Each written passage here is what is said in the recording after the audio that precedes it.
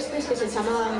bandeiras, que son típicos da zona dos Ancares, neste caso galegos, pero tamén se toca nos Ancares leoneses e nos Ancares asturianos. E agora imos continuar con un canto,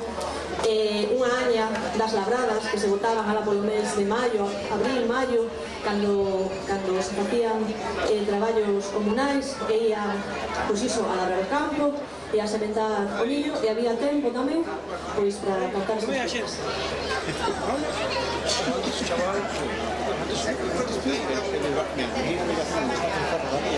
Este noso